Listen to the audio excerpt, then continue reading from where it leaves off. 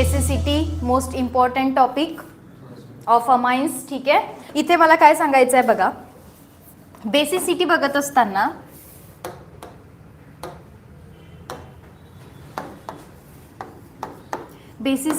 असताना कुठले कुठले फॅक्टर चेकआउट करता तुम्ही?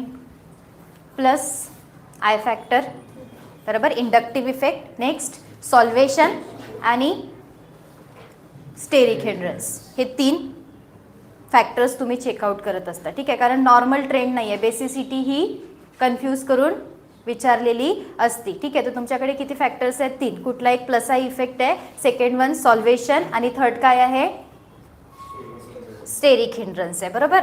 तर आता काय होणार आहे, तुम्हाला विचारली जाते गॅसियस स्टेटमध्ये आणि ॲक्वियस कंडिशनमध्ये. कुठे? ॲक्वस कंडिशन. तर ॲक्वस कंडिशनमध्ये तुम्हाला 3 फॅक्टर चेकआउट करायचे. कुठले? Plus I, second one solvation आणि थर्ड स्टेरिक हिंड्रन्स. ठीक आहे, हे 3 फॅक्टर चेकआउट करायचे आहे. कुठले कुठले? प्लस आय, सॉल्वेशन आणि स्टेरिक हिंड्रन्स. आणि जेव्हा तुम्हाला गॅसियस फेजमध्ये विचारलं जाईल त्यावेळेला काय करायचं आहे, तर फक्त आणि फक्त प्लस आय चेक करायचं आहे.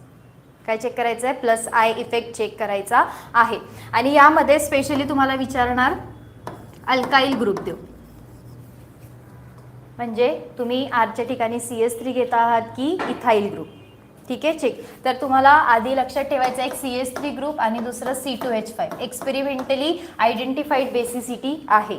ठीक आहे, तर समजा मी CS3 घेऊन प्राइमरी, सेकंडरी आणि टर्शरी बनवत आहे. तो ट्रेंड क्या होगा तुम्हारा ध्यान में रखो, secondary then primary then tertiary. Aqueous कंडिशनमध्येच विचारणार.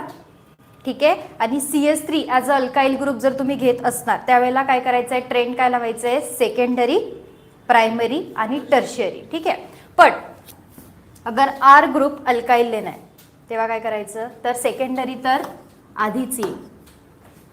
ठीक आहे, फक्त काय करायचं आहे, टर्शरी आणि देन प्राइमरी, ये ध्यान में रखना. आणि नॉर्मल जर मी गॅसियस स्टेटमध्ये घेते काय चेकआउट करणार आहे, म्हणजे प्लस आहे. नॉर्मल ट्रेंड काय असणार मग, टर्शरी, सेकंडरी आणि प्राइमरी. ठीक आहे, हे ट्रेंड्स लक्षात ठेवा. क्लिअर? नोट करायचं आहे.